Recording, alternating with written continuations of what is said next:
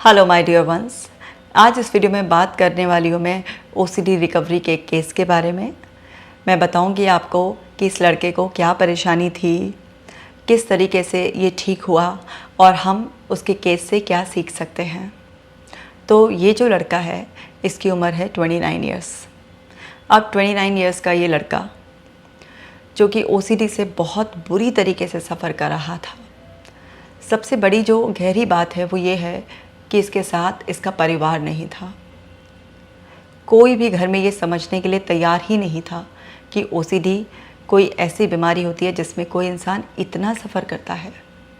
उस इंसान के दिमाग में बार बार कोई थॉट ऐसा चल रहा होता है जो उसको इतना कंट्रोल कर लेता है कि उसका बस ही नहीं चलता। ऐसा लगता है कि जैसे कोई से रिमोट कंट्रोल से ऑपरेट कर रहा है और जब तक वो एक्शन नहीं लेगा जो उसके दिमाग में आ रहे हैं उसको चैन नहीं मिलेगा।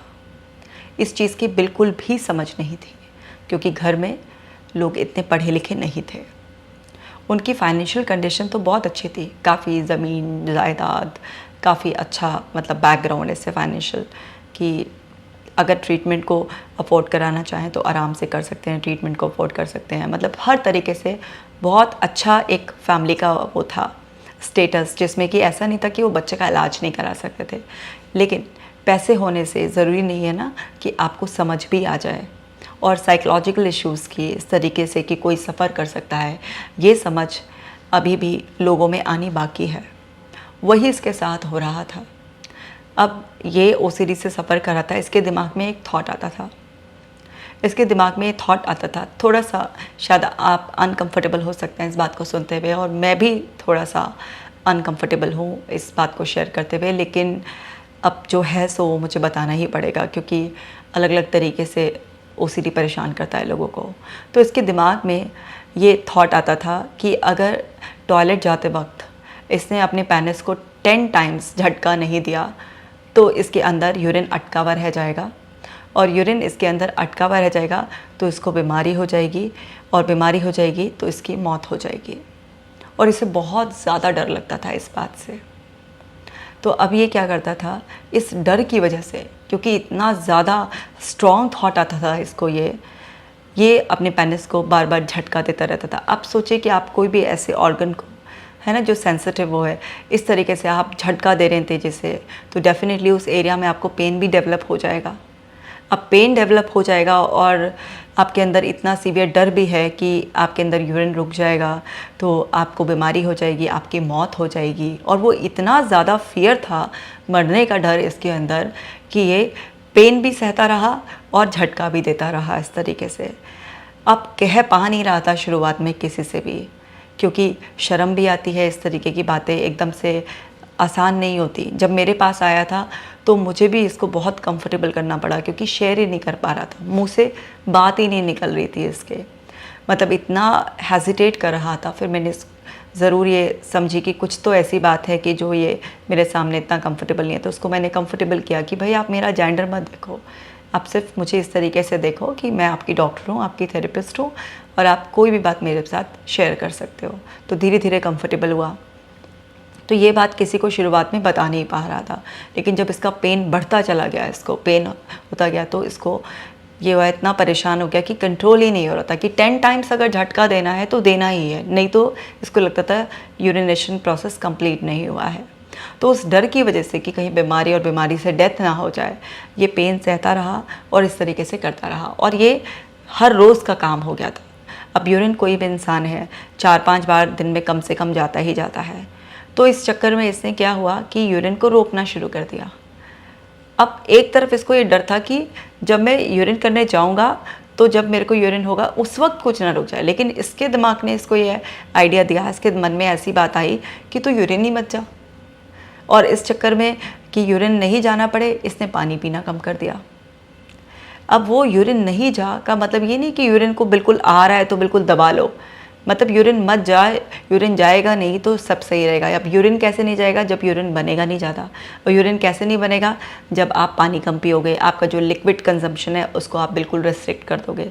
इस चक्कर में इसने क्या किया, अपनी प्यास मारना शुरू कर दिया इस चक्कर में उसने जो भी लिक्विड, दूध, पानी, जूस ये सब पीता था वो सब कम कर दिया, जिससे कि यूरिन का प्रेशर कम से कम आए। और आता भी था तो मजबूरी हो जाती थी इसकी कि हर वक्त तो अब इतना टाइम बाथरूम में स्पेंड नहीं कर सकता, क्योंकि ये सारी एक्टिविटी करने में इसको टाइम लगता था। तो वो सब चक्कर में इसकी बीमारी और ज़्यादा बढ़ती जा रही थी, क्योंकि अगर आप किसी भी नेचुरल अर्ज को इस तरीके से सप्रेस करने की कोशिश करोगे या आप इस तरीके से झटका दोगे अपने उस ऑर्गन को, पेन डेवलप हो रहा है तो बड़ी परेशानी है। तो इसने खैर हिम्मत करके अपने बड़े भाई से ये बात बताई, और वो बड़ा भाई भी इससे 12 साल बड़ा था, लेकिन वो बड़ा भाई 12 साल बड़ा होने के बावजूद भी बड़प्पन नहीं दिखा सकता। नहीं उसको समझ में आया कि कुछ प्रॉब्लम है, बल्कि उसने इस पर इस तरीके से डाउट कर लिया कि बाथरूम में घुस कर ये कुछ उल्टी सीधी गंदी हरकतें करता है और अब जो है ना इस तरीके के ड्रामे कर रहा है, और इसने अपनी गलती की वजह से अपने अंदर ये कुछ खराबी कर ली है। वो उल्टा ले गया इस बात को, क्योंकि वो समझ ही नहीं थी इतना। तो अब बहुत ही हेल्पलेस फील करने लगा कि ये किससे कहे। शर्म आ रही थी, भाई से तो जैसे तैसे इसने कह दिया कि क्या करे, और रोए रोए जाए घंटों घंटों तक। जब बाथरूम में जब इस तरीके की बातें हुई तो वो बड़ा भाई जो था उसने ये नोटिस भी करना शुरू कर दिया कि अभी भी ये बाथरूम में घंटों घंटों रहता है। पहले भी देखता था लेकिन उसके दिमाग में ऐसा कुछ आया नहीं, मतलब ध्यान नहीं दिया। लेकिन जब उसके दिमाग में ये बात आ गई कि ये ऐसे बोल रहा था तो उसने ये बात नोटिस करनी शुरू कर दी और घर वालों को फिर बता दिया, और इस तरीके से बताया कि देखो इसने कुछ ऐसी हरकतें करी हैं, कुछ इसने ऐसा कर लिया है और ऐसे ऐसे मुझे बता रहा था। और मतलब पूरे घर में उसने इस बात को फैला दिया। अब ये बात इस लड़के के लिए बड़ी शर्मिंदगी का वो हो गया कि इससे बड़ी शर्म आने लगी कि अब सबको ही पता चल गया, घर वालों को ये सब।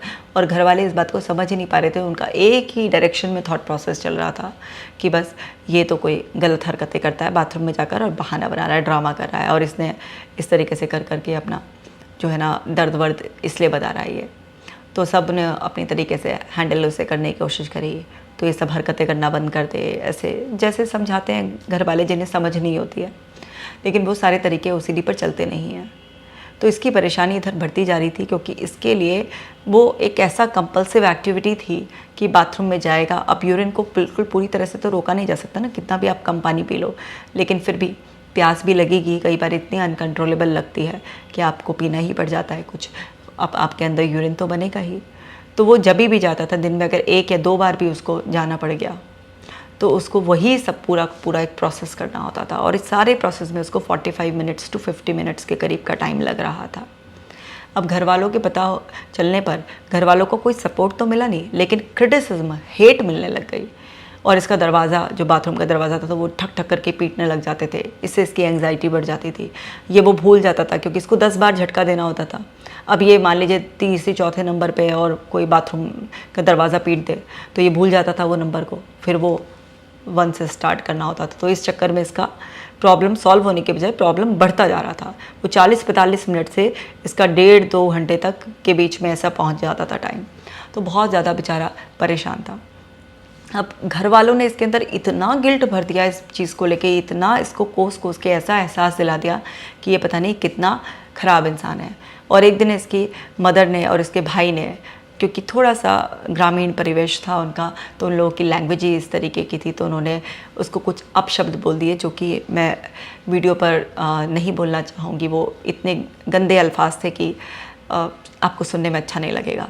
तो वो उसको इस तरीके से बोल दिए, और इस पे कि तुझ पे तो थू है, ऐसे भी बोल दिया। तो अब ये जैसे ही गालियों के साथ ये तुझ पे थू है जो ऐसे ही बोला, तो इसके दिमाग ने उस चीज़ को पकड़ लिया, और वो तुझ पर थू है इसके दिमाग में ऐसा फिट हुआ कि इसके दिमाग ने आइडिया दिया कि अब तू थूक।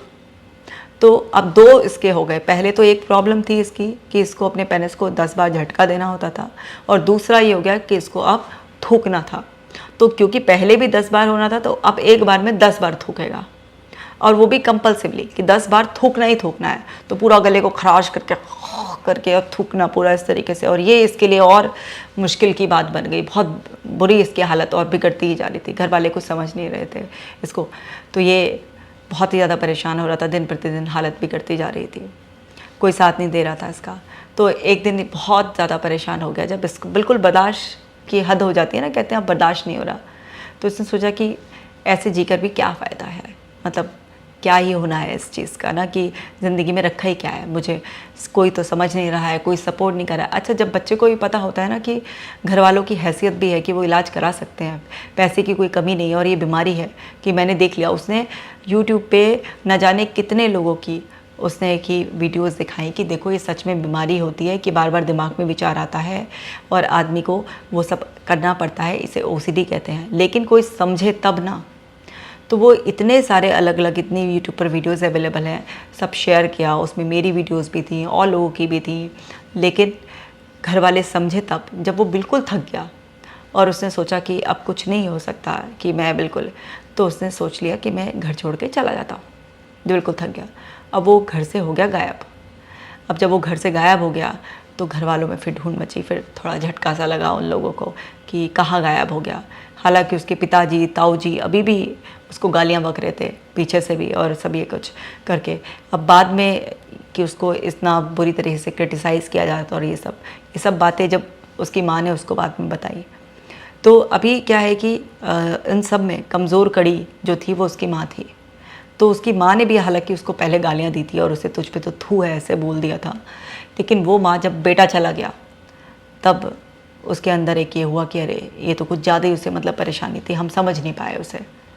तो तब उन्होंने उसके पिताजी पे ताऊ जी पे प्रेशर बनवाया, और जो लोग उसको अभी भी क्रिटिसाइज़ कर रहे थे और इस तरीके से समझ नहीं रहे थे कि भाई ढूंढ के लाओ, कैसे करो, ये कुछ करो, तो जब पुलिस की खबरें वबरें फैलाई और कुछ करके, तो खैर वो अपने घर 13 दिन बाद बरामद हो गया।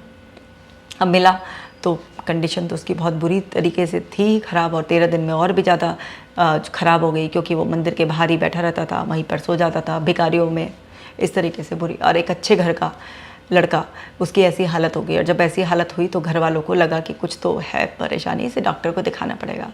तो साइकेट्रिस्ट वगैरह को दिखाया उन्होंने जब कंफर्म किया कि इसको सच में बीमारी है, ओसीडी की प्रॉब्लम है, इसे, ये झूठ नहीं बोल रहा है, और ना ये कुछ जिस तरफ आपका दिमाग चल रहा है कि गलत आदतों की वजह से और ये सब, ये नहीं है कि ये दिमाग में इस तरीके से कई बार केमिकल इम्बैलेंस की वजह से और ये सब आ जाता है विचार, और जब आप उस पर एक्शन लेते हो तो धीरे धीरे आदत बन जाती है। इस तरीके से उन्होंने बताया, समझाया, तब जाकर घर वालों को समझ में आया और उन्होंने थोड़ा सपोर्ट करा।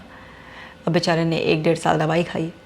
अब वो बस सोता रहता था, उससे वो प्रॉब्लम नहीं हो रही थी। जब भी बाथरूम में जाता था तो वही दिमाग पकड़ लेता था उसको इस तरीके से, तो वो उसकी प्रॉब्लम सॉल्व नहीं हो रही थी। तो फिर अब घर में 1-1.5 साल में उसकी हालत देखकर भी लोग थोड़े से बदल रहे थे अब, और बदलते बदलते फिर उससे ही पूछा कि तुझे कहाँ दिखाएं, कैसे ठीक होगा तू एकदम ऐसे। तब उसने बताया कि मेरी काउंसलिंग करवाओ। तो उसने वहाँ पर वीडियोस घर वालों को दिखाई मेरी, कि मुझे इन वाली मैडम को दिखा दो, मुझे लग रहा है कि ये मुझे ठीक कर देंगे, इन्होंने बहुत लोगों को ठीक किया है। तो इस तरीके से वो मेरे पास आया, और उसने पहली मुलाकात में इतना अनकंफर्टेबल हो, क्योंकि कैसे बताए ना, मतलब ये सारी बातें उसको, बस रो रो के उसने यही अपनी स्टोरी जो भी मैंने आपको बताई ये बताई कि किसी ने समझा नहीं, मैं घर भी छोड़कर चला गया, 13 दिन बाद मिला, घर वालों ने मेरे को पीछे से भी भला बुरा करा, मेरी माँ ने बताया, लेकिन मेरी माँ ही फिर थोड़ा बहुत मुझे समझी, और ऐसे ऐसे मैं फिर मैंने कहा भाई ये तो बताओ होता क्या है। तो फिर तब उसने ये सब बताया कि ऐसे ऐसे होता है, कि मुझे एक तो ये होता है कि मुझे 10 बार पेनिस को झटका देना है, नहीं तो बाथरूम रुकेगा, बीमारी होगी, मैं मरूंगा, और मुझे 10 बार ही थूकना होता है, पूरा गले में खराश करके और थूकना होता है, इस तरीके से ये थे। तो ये था इसका केस। तो अभी तक यहाँ हम क्या समझे कि फैमिली सपोर्ट ना मिले तो पर्सन कितना हेल्पलेस फील करता है। इतनी दया भावना तो होनी चाहिए कि अगर हमारा अपना कोई कुछ कह रहा है तो उसे वास्तव में तकलीफ़ है, कोई ऐसा नाटक क्यों करेगा। मतलब आपको अपनों पर इतना भरोसा तो रखना ही होता है कि अगर कोई इतना परेशान है, ऐसा कुछ कह रहा है, तो सच में उसकी बात में सच्चाई है, उसकी बात सुनो, उसे समझो। प्लीज़ ऐसा मत करो किसी सफ़र के साथ, उस पर क्या बीत रही है आप कभी अंदाज़ा भी नहीं लगा सकते। आप उसके दुख दर्द को कम करने के लिए उसके साथ तो खड़े हो सकते हैं, उसे समझ तो सकते हैं। क्यों करते हैं ऐसा आप लोग कि समझ ही नहीं रहे हैं? क्यों उसे आरोप लगा देते हैं? क्यों उसे झूठा मान लेते हैं? क्यों आप उसे गलत मान लेते हैं? समझिए। अब आगे देखते हैं। तो जब उसको कंफर्टेबल किया गया तब उसने ये सब चीज़ें मुझसे शेयर की, और फिर उसको बताया मैंने भी कि जैसे तुम पहले ही जानते हो कि ये ओसीडी है, इसमें दिमाग में जो थॉट्स आते हैं वो सारे फेक होते हैं, और ये फेक डर है आपके अंदर की कोई बीमारी हो जाएगी, उससे आपको मौत हो जाएगी और आपको ये सब चीज़ें करना होता है।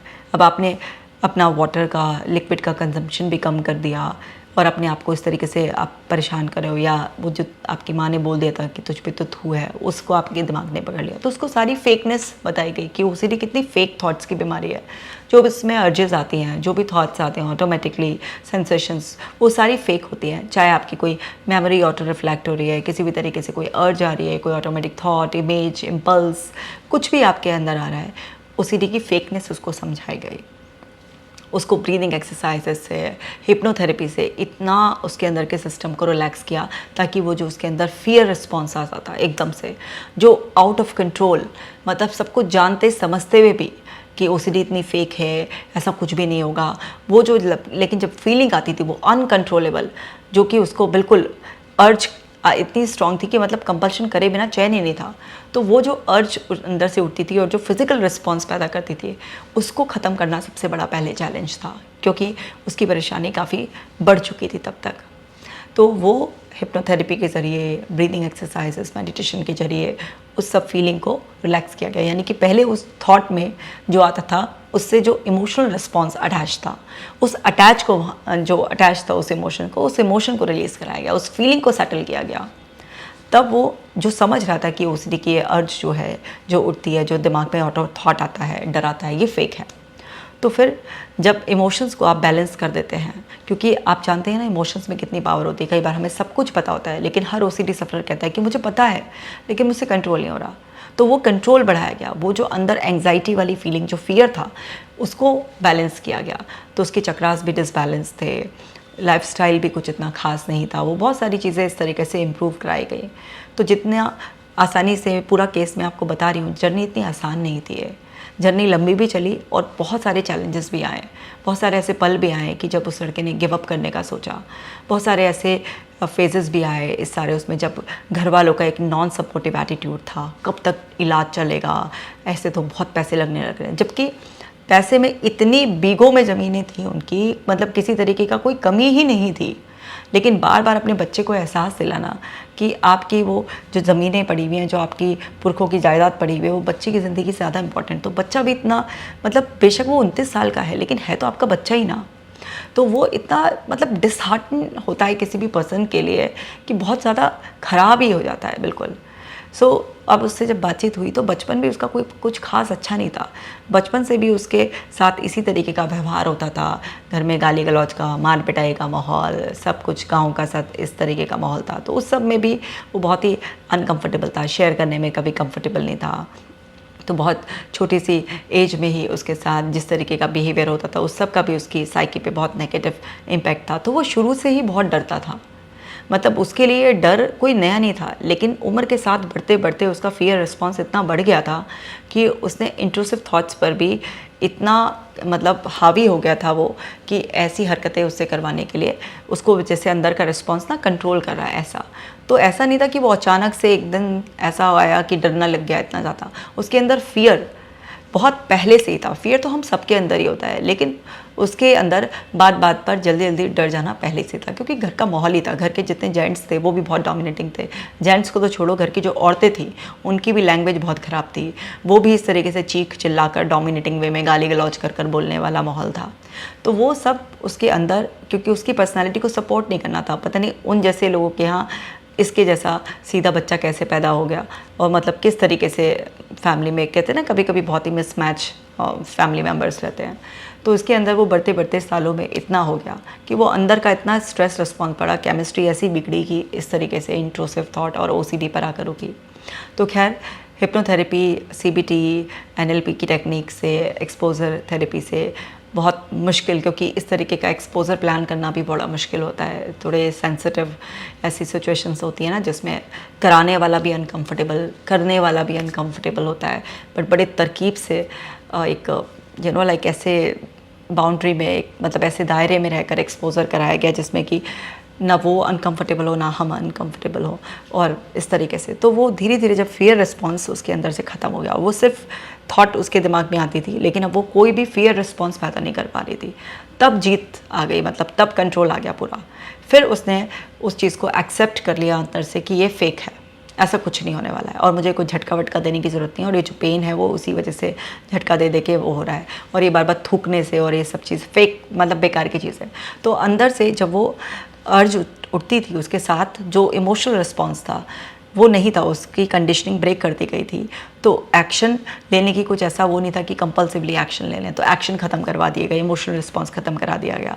तो जो फेकनेस थी, इंट्रूसिव थॉट्स की जो आती थी, उसके अंदर जो अर्ज आती थी, वो सब वीक पड़ती चली गई, और कुछ ही महीनों में वो सब, उसकी इंटेंसिटी, फ्रीक्वेंसी ख़त्म होती चली गई। और आप ये देखिए कि 2.25 साल के करीब उसका और हमारा साथ रहा, और इस ड्यूरेशन में बहुत सारे अप एंड डाउन के साथ इवेंचुअली कहते हैं ना, जब अंत भला तो सब भला, तो बहुत सारी मुश्किलें आई। कई बार मैंने बताया ना, फैमिली नॉन सपोर्टिव, कई बार उसके खुद के चैलेंजेस एक्सपोजर ना करने के, बट अंत में सब कुछ अच्छा हो गया। और जो एक लड़का बार बार इस तरीके से उसको करना पड़ता था, उसकी मजबूरी थी, वो सब उसकी मजबूरी ख़त्म हो गई।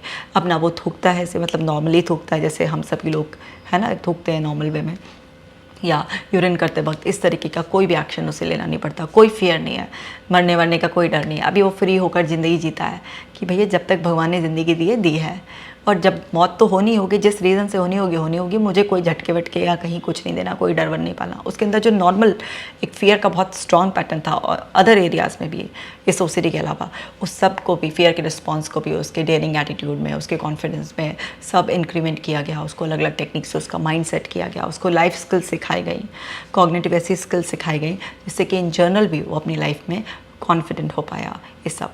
सो अगर मैं इस वीडियो को सम अप करूँ तो फैमिली सपोर्ट बहुत इंपॉर्टेंट है। प्लीज़ अपने फैमिली मेम्बर को समझने की कोशिश कीजिए।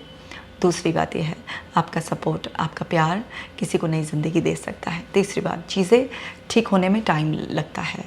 हाँ, आपके फंड्स भी लगते हैं, टाइम लगता है। आपको पेशेंस और एम्पैथेटिक रिस्पॉन्स से किसी इंसान की ज़िंदगी बच सकती है।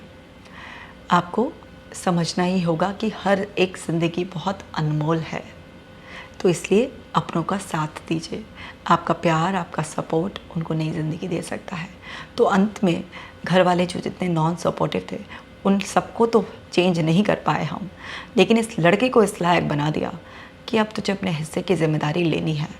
और इस तरीके की जो एक सोच है आपके अपने घर में ही, इस तरीके से उस सोच से बहुत ऊपर उठना है, और अपने आप को इतना काबिल बना लो कि अपने लिए स्टैंड ले सको।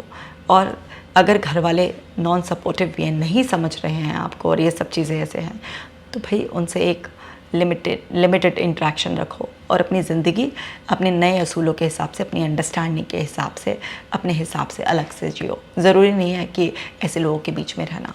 तो उसको इतना एम्पावर कर दिया गया, क्योंकि बाकी लोग तो इतने रिजिड हैं फैमिली में, अपने आप को चेंज करने के लिए तैयार नहीं है। उन्हें तो अजय हम तो सही हैं, अजय हम तो सही हैं वाला एटीट्यूड में आप रहो।